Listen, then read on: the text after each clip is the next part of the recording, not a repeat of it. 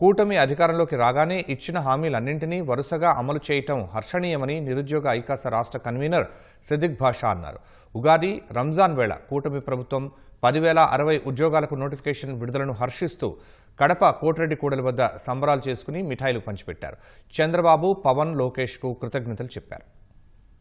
ఆంధ్రప్రదేశ్ రాష్ట్రంలో ఉగాది మరియు రంజాన్ పండుగ జరుపుకోక ముందే ఈ రాష్ట్ర ప్రభుత్వం జాబ్ క్యాలెండర్ రూపంలో 20 లక్షల మంది నిరుద్యోగులకు 10,060 ఉద్యోగాలతో క్యాలెండర్ని విడుదల చేసింది. రాష్ట్రంలో ఉన్నటువంటి నిరుద్యోగులందరూ కూడా చాలా సంతోషంగా ఉన్నారు, సంబరాలు చేసుకుంటున్నారు.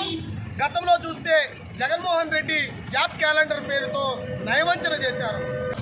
ఏ సంవత్సరం కూడా 2019 నుంచి 24 వరకు ఒక్కసారి కూడా జాబ్ క్యాలెండర్ ఇచ్చినటువంటి పాపానములు. ఈరోజు నారా లోకేష్ గారు ఒక విజన్ ఉన్నటువంటి లీడర్ గా ఈరోజు రాష్ట్రంలో ఉన్నటువంటి నిరుద్యోగ యువతకు, విద్యార్థి లోకానికి ఆదర్శవంతమైనటువంటి పరిపాలన అందిస్తా ఉన్నారు. ఖచ్చితంగా ఇప్పటికైనా కూడా ఈ యొక్క వైసీపీ నాయకులు ఎవరైతే అవాకులు చెవాకులు పేలుస్తా ఉన్నారో వారికి నిరుద్యోగ యువతనే బుద్ధి చెప్తాది.